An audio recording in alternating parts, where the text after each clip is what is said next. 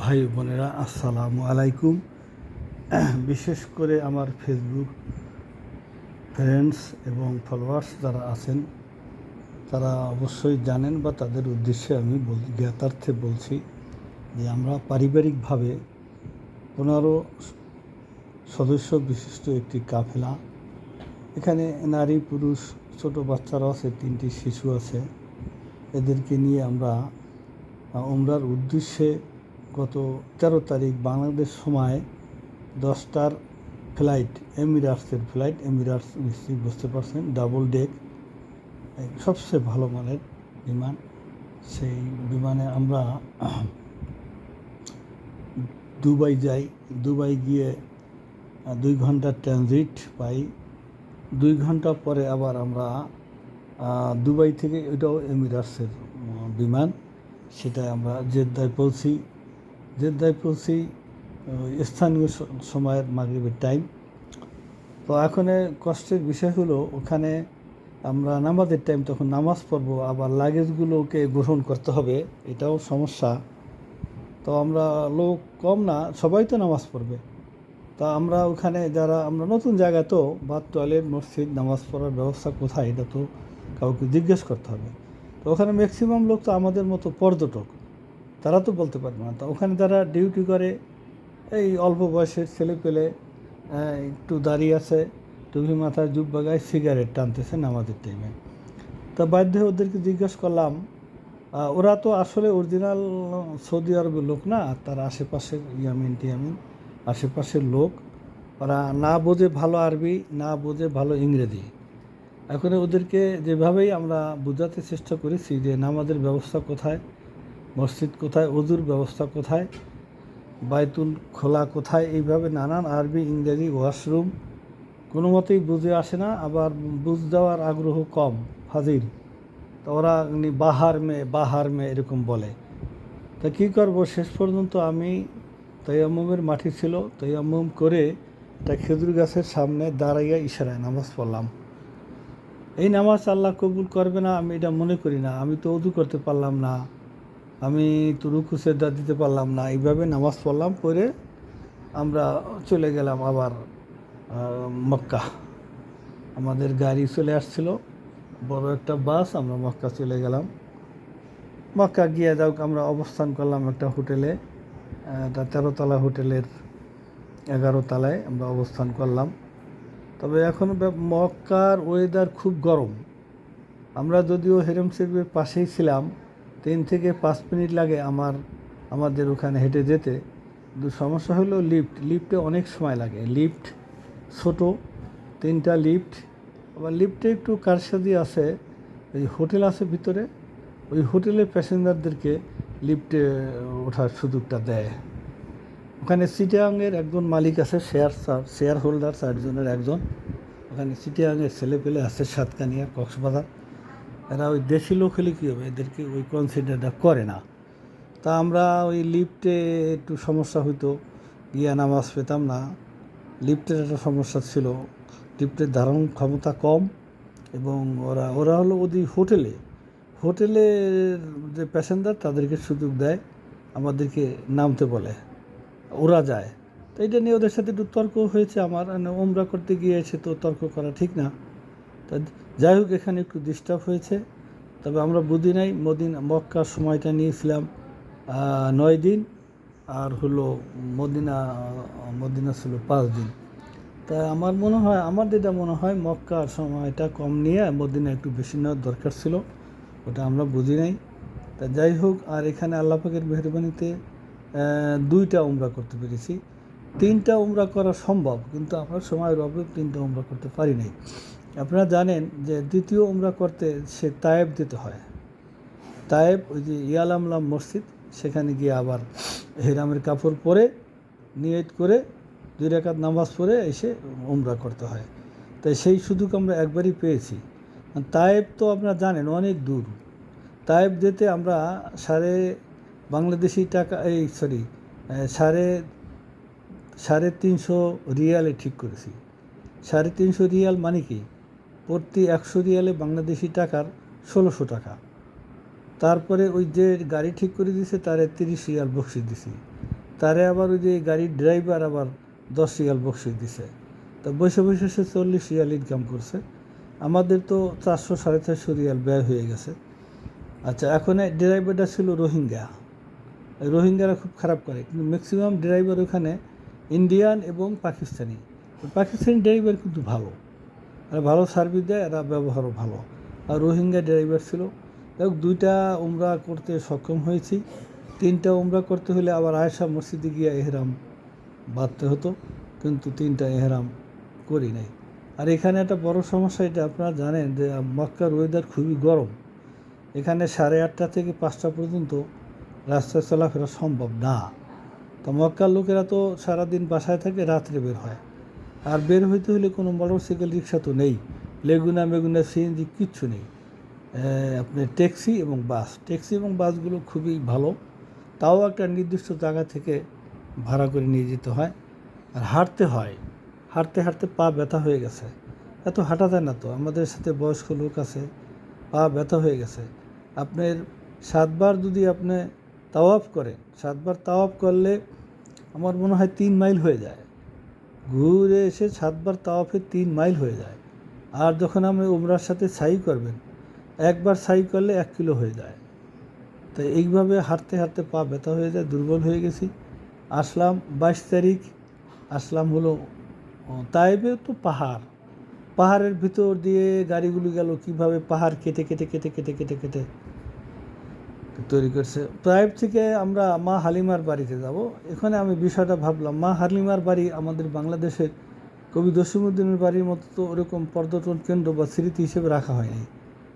মা হালিমার বাড়ি সে কোথায়, ওখানে দেখেন গিয়া হয়তো 7তলা হোটেল হয়ে গেছে। ওখান থেকে তাইব থেকে 70 কিলো, যার কারণে এই তাইবটা আমরা যাইনি।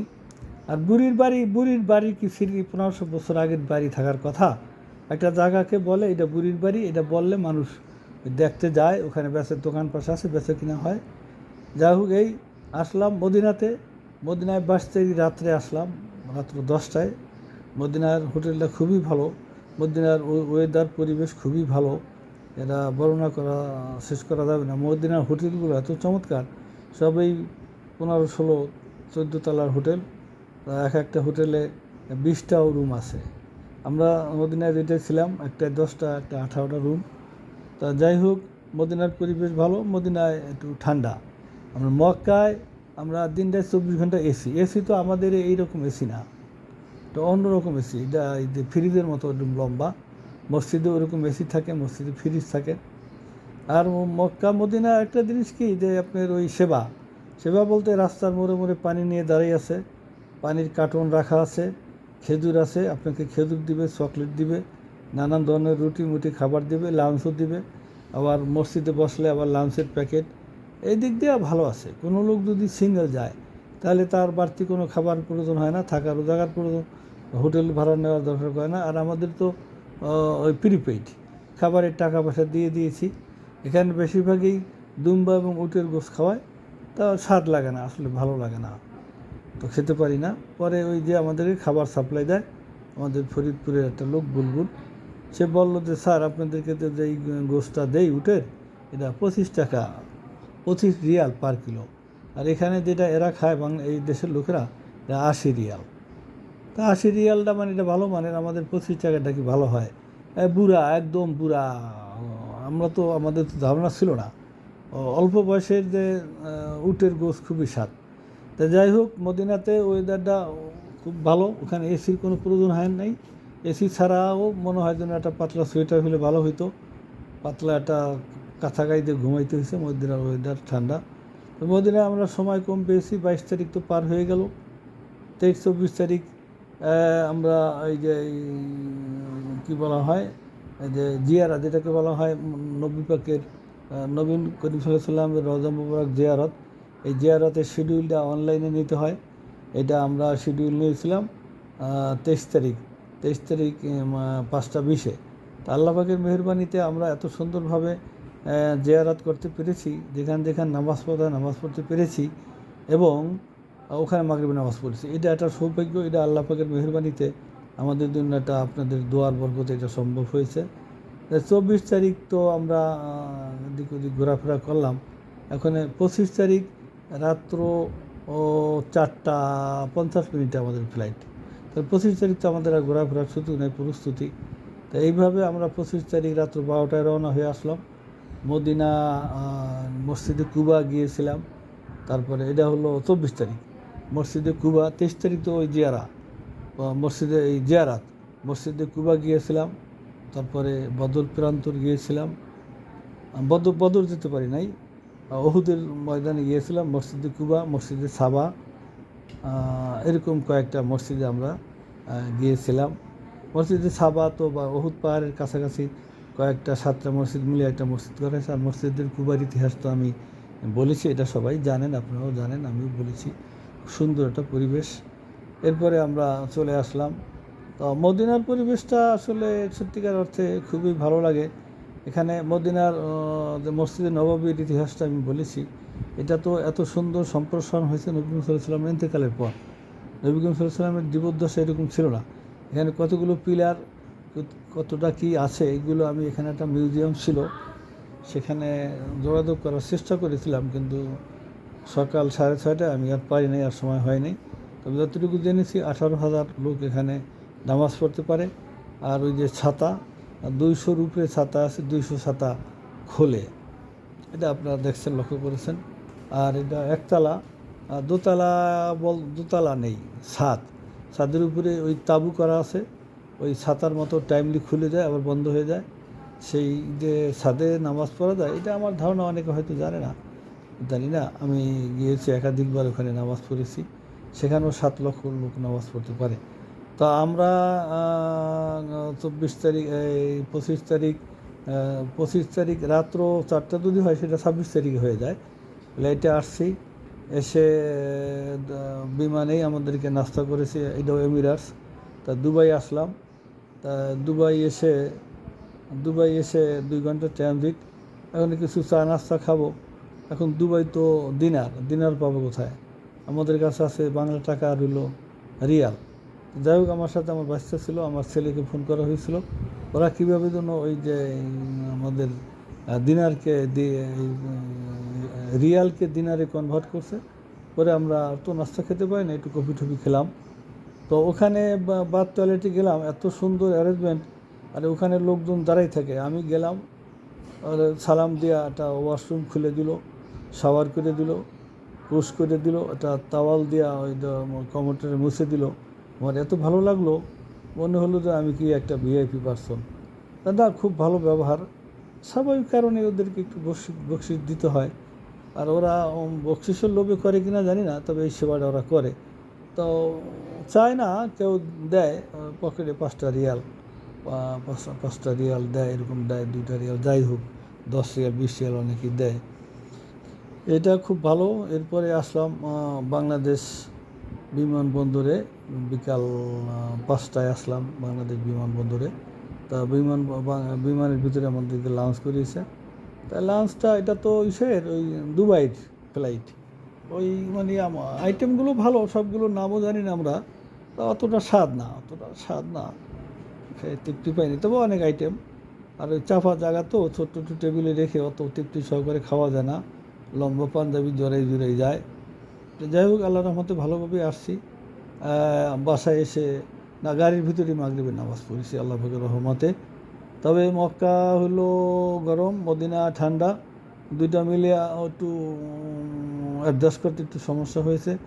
গত বছর তো আমি অত্যন্ত অসুস্থ, দুর্বল হয়ে পড়েছিলাম। তো এই বছর আল্লাহ পাকের মেহেরবানি খুবই ভালো, কিন্তু একটু কষা হয়েছিল, বাথরুমের সমস্যা ছিল, 2টা রাত্রে ঘুমাইতে পারি নাই। তো ছেলেরা ওই ডাব, পেঁপে, গরম দুধ খাওয়ানোর পরে এই ঘন্টাখানেক আগে আমার ওইটা ক্লিয়ার হয়েছে। প্রস্রাবও কষা ছিল, বাথরুমও কষা ছিল। তো আল্লাহ পাকের মেহেরবানিতে সকলকে সালাম ও শুভেচ্ছা জানাই, এবং আমার জন্য দোয়া করবেন। আমি সকলের জন্য দোয়া করি, আল্লাহ যেন সারা বিশ্বের মুসলমানকে সুখে শান্তিতে রাখে। বাংলাদেশের যেন রাজনৈতিক হানাহানি এটা বন্ধ হয়ে যায়, সুন্দর একটা পরিবেশ সৃষ্টি হয়ে যায়, এবং প্রত্যেক মুসলমান ভাই বোনকে জন্য আল্লাহ পাক আল্লাহর ঘর এবং নবীর রওজা জিয়ারত করার তৌফিক দান করে। আল্লাহুম্মা আমিন। আসসালামু আলাইকুম ওয়া বারাকাতুহু।